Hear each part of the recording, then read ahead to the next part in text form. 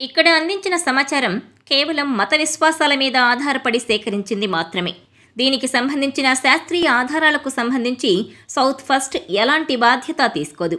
ఈ సమాచారాన్ని పరిగణలోకి తీసుకునే ముందు పండితులను సంప్రదించి పూర్తి వివరాలు తెలుసుకోగలరు. పై సమాచారాన్ని సౌత్ ఫస్ట్ తెలుగు ఛానల్ ధృవీకరించడం లేదు.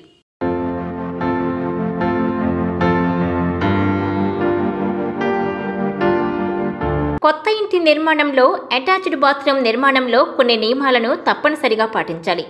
ఇంట్లో నిర్మించే అటాచ్డ్ బాత్రూమ్ ఏ దిక్కులో ఉండాలో తెలుసా?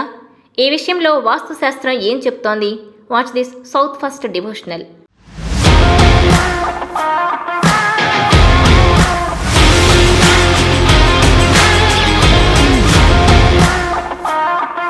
వాస్తు సనాతన నిర్మాణ శాస్త్రంగా చెప్పుకోవచ్చు.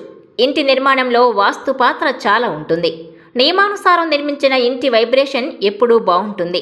ఆ ఇంట్లో ఒక రకమైన శాంతిగా అనిపిస్తుంది. కొత్తగా ఇల్లు నిర్మించుకునేవారు వాస్తు నియమాలు పాటించి నిర్మాణం చేసుకుంటేనే మంచిది. లేదంటే అనవసరపు అనుమానాలకు కారణం కావచ్చు. వాస్తు ప్రకారం నిర్మించిన ఇల్లు కలకాలం సుఖశాంతులతో నిండి ఉంటుందని వాస్తుశాస్త్రం చెప్తోంది. వాస్తులో నిర్మాణానికి సంబంధించిన ప్రతి విషయంపై చర్చ ఉంటుంది.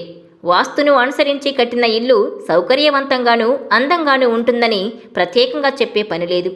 కొత్త ఇంటి నిర్మాణంలో అటాచ్డ్ బాత్రూమ్ నిర్మాణంలో కొన్ని నియమాలను తప్పనిసరిగా పాటించాలి. వాస్తులో శక్తి ప్రవాహానికి ప్రత్యేక స్థానం ఉంటుంది. వాస్తు ప్రకారం ఇంటి ప్రతి దిక్కులోనూ ఖచ్చితంగా సానుకూల శక్తి, ప్రతికూల శక్తి రెండు ఉంటాయి.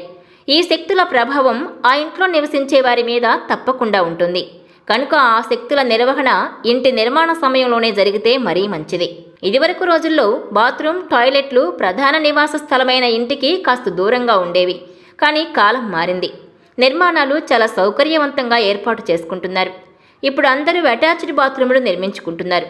కనుక కొత్త ఇంటి నిర్మాణం చేపట్టేవారు తప్పనిసరిగా ఈ నియమాలు తెలుసుకోవడం అవసరం. బెడ్రూమ్లో ఉండే అటాచ్డ్ బాత్రూమ్ కూడా భార్యాభర్తల మధ్య అనుబంధం మీద ప్రభావం చూపిస్తుంది. పడక గదిలో నిద్రిస్తున్నప్పుడు పాదాలు బాత్రూమ్ వైపు ఉండకూడదు. ఇలాంటి స్థితి ఉంటే ఇంట్లో భార్యాభర్తల మధ్య గొడవలు జరుగుతాయి. ఈ గొడవలు చాలా తీవ్రంగా ఉండి విడాకులకు కూడా కారణం కావచ్చు.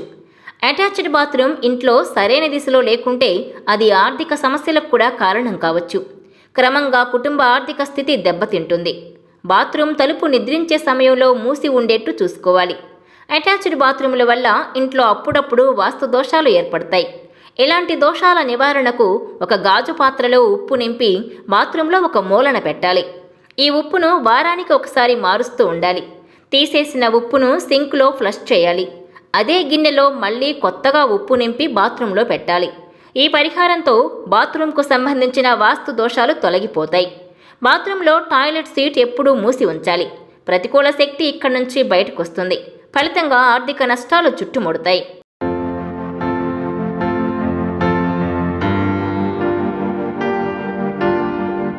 Please share, like and subscribe South First Telugu channel.